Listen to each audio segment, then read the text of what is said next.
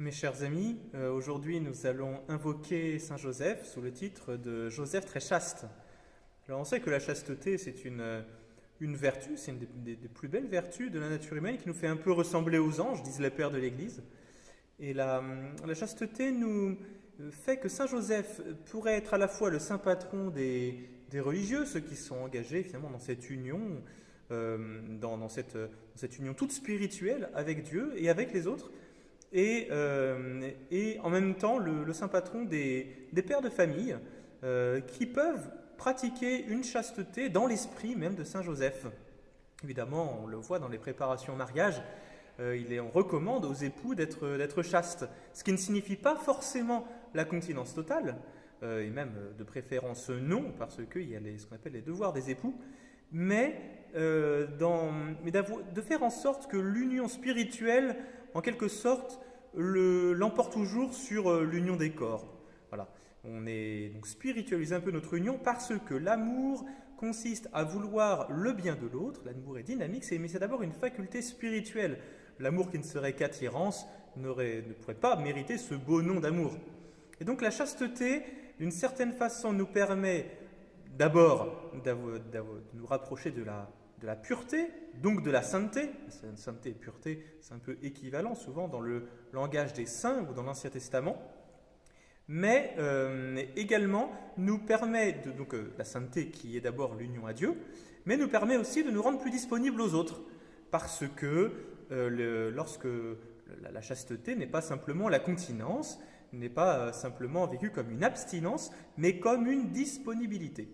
La chasteté, c'est finalement dans nos relations, toujours d'abord voir en quoi je peux me mettre au service des autres avant d'être finalement quelqu'un qui va posséder le prochain, soit pour son intérêt, soit parce qu'on a besoin de relations, etc. Vous voyez ? Et donc la chasteté va aussi purifier nos amitiés.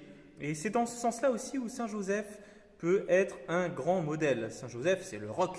C'est celui sur qui on va pouvoir s'appuyer, non seulement parce qu'il est solide, mais aussi parce qu'il est disponible, il est désintéressé. Il s'occupe d'abord des autres avant de s'occuper de lui-même. Vous voyez ? C'est peut-être parce qu'il était chaste que justement Dieu l'a choisi pour être le père nourricier, le père adoptif de l'enfant Jésus, et puis l'époux virginal de la Sainte Vierge.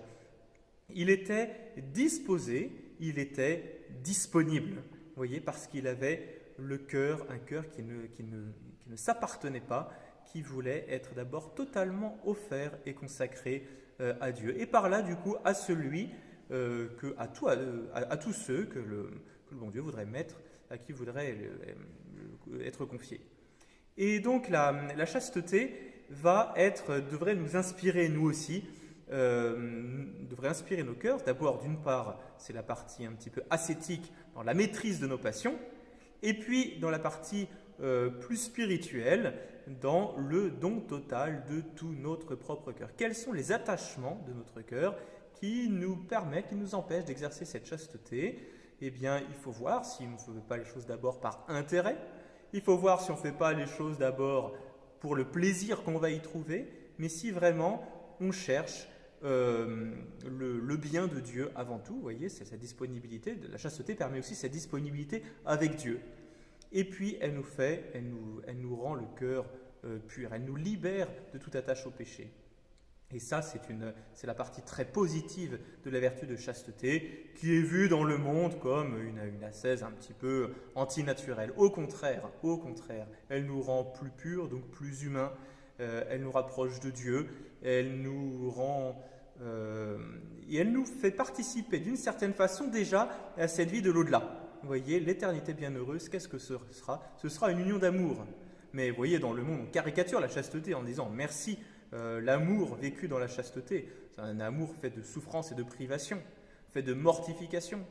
Eh bien, vous voyez, l'union à Dieu au ciel, ce sera une union purement spirituelle. Ce sera un amour tout purifié. Eh bien, par la chasteté, nous anticipons déjà cette union avec Dieu au ciel et même déjà le type d'amour, le type d'union que nous aurons avec tous ceux qui nous entourent. Je pense par exemple effectivement aux relations familiales, aux relations amicales, aux relations qui sont toujours mêlées un petit peu de spirituel et de charnel. Eh bien, plus nous spiritualisons ces relations et plus nous nous retrouvons déjà dans cette configuration qu'on aura les uns avec les autres aussi. Alors ça demande évidemment un véritable combat spirituel parce que c'est une vertu qui ne s'acquiert pas du jour au lendemain, particulièrement dans notre monde qui est totalement hostile à ce type de vertu. Mais c'est une libération. Voilà, nous libérons notre cœur de toutes les attaches, de tout cet esclavage des passions pour l'ouvrir à Dieu qui est notre véritable liberté. Joseph très chaste, priez pour nous.